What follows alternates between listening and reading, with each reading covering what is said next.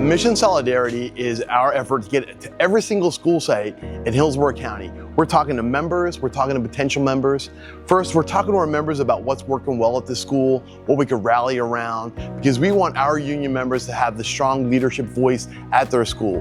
We want union-led schools where our members are making decisions using their teams and using their voice to advocate for what they need to help do their job, to help meet the needs of their students. But at the same time, we're talking to potential members. We're talking about how we are protecting and fighting for stronger public schools, how we are the only obstacle in between us and the legislature privatizing our public schools, and we want them to stand with us in solidarity in fighting for better for our students. It also includes getting our shared staffing from all over the world to come down and help us here in Florida to recruit members in each one of our school sites.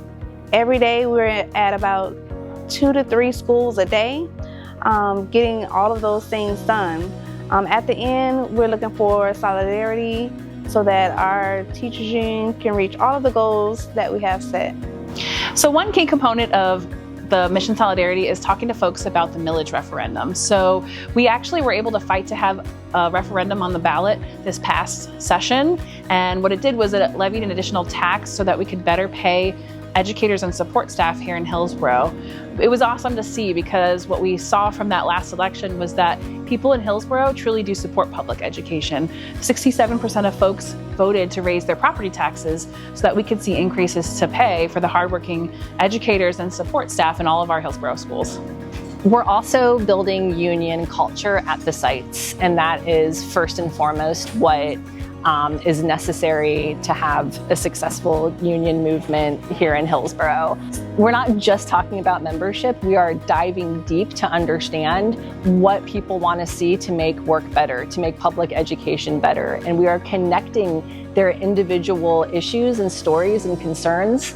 And by that I mean what keeps people up at night, what gets them up in the morning. We are connecting that to our organization and our union, because having a union is about making tomorrow better. It's about a better future for educators. I became a member because I've been talking with a lot of coworkers in this school, in different schools, and they always tell me about the benefit I can have, not just as a teacher, it's not like a citizen, like with insurance and another medicals and other stuff that I can be beneficial for me and my family. I do this because I love to be a teacher. It's not just teach math and science. I like to be part of the student life. They can have a safe place here. And that's the reason I love to be a teacher. And like I encouraged a lot of the members to wear their shirts today. Even at a faculty meeting, when I was talking about CTA, I said, hey, raise your hand if you're in CTA. Over half of the staff raised their hand. And just that visual of look how many people are part of this, people that you probably didn't even know are part of this, like, don't you want to be a part of that? Like, look how important it is. And I think having that presence on campus today made a big difference visually, but also we were actually able to talk to people about like why it's important or why aren't you a member, so they can get more information. I think one of the biggest areas that is kind of lacking is people are not informed. Until I became an organizer, I didn't know a lot about it. I know I should be in it, but I didn't know much else other than that. And then being an organizer, going to the meetings, learning what we're doing, why we're doing it, has been extremely empowering, which has led me to want to empower other people. It makes me want to spread that information because I didn't know it before, and now, you know, I want other people to know that too, and I want them to feel that same thing. So when I came in today, the representatives talked to me. It's really important to be able to join together as a community of teachers to make sure that we're being represented, especially with what the classroom looks like and what we actually need, and to get that support. And I find that's really important, not only to fight it for as far as, like, say, my own contractual issues, but to make sure that I'm getting what I need and support in the classroom for my students as well. I think what I would like to see happen is be part of a group that has a mission, and the mission being safe work environments, environments where we are, as social workers, we have a role, we have responsibilities, but also be supported, be part of a group that provides that level of support to each other, especially when we find some of the challenges that the work brings. It is more than just getting to 60%, because the more people that are in the union is the better the negotiation power of the union. For example, one of the things they look at when they're negotiating your salary, they look at the amount of people that are in the union. So there's only 50% of the people in the union, only 50% of the people care about their salaries and their benefits. I think what absolutely needs to change is equity.